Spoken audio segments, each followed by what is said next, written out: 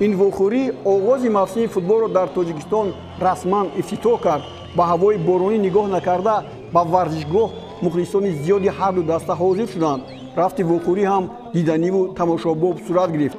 ҳарду даста ҳуҷумҳои худро баҳри ғалаба ташкил мекарданду имкон мепоиданд то ҳисобро боз кунанд.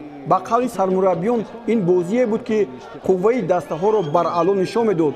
шогирдони ҳаким Фузайлов ба ташкил кардани чунин ҳолатҳо бештар муваффақ буданд ва дар анҷом бо натиҷаи 3-0 пирӯз гардида соҳиби суперҷоми Тоҷикистон 2019 шуданд.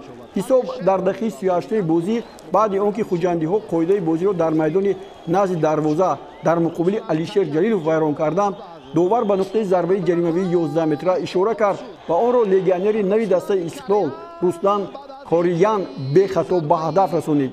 ростӣ Руслан яке аз бозингарони намоёни ин вохӯрӣ буд ва дар поёни бозӣ ба ҳайси беҳтарин бозингар эълон гардид.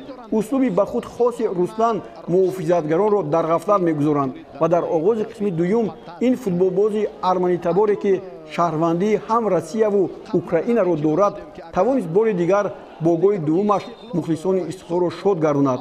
дар ин қатор низ Алишер Ҷалилов дар пештозии дастаи Истиқлол нақши босазо бозид. сармураббии дастаи Истиқлол боз як бозингари ҷавону умедбахш Шаҳром Самиевро ба майдон овард.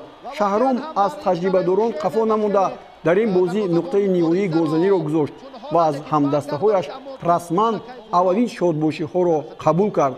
умед аст ки ин ҳамлагар саҳми худро дар пешрафти футболи тоҷику дастаи Истиқлол хоҳад гузошт. хуҷанд ҳам дар ин вохӯрӣ имкониятҳои тағйир додани ҳисобро дошт, вале ба онҳо дастгирии мухлисони сершуморашон ки дар варзишгоҳ ҳузур доштанд кӯмак накард. суперҷоми Тоҷикистон 2019-ро Истиқлол бори дигар моли худ кард ки ин маротибаи ҳаштум мебошад.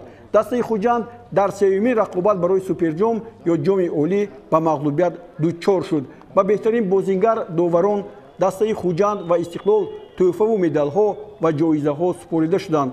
қадами аввал дар мавсими футболи соли 2019 барои Истиқлол бобарор омад, соҳиби ҷоми Федератсияи футболи Тоҷикистон ва акнун ҷоми олии Тоҷикистон.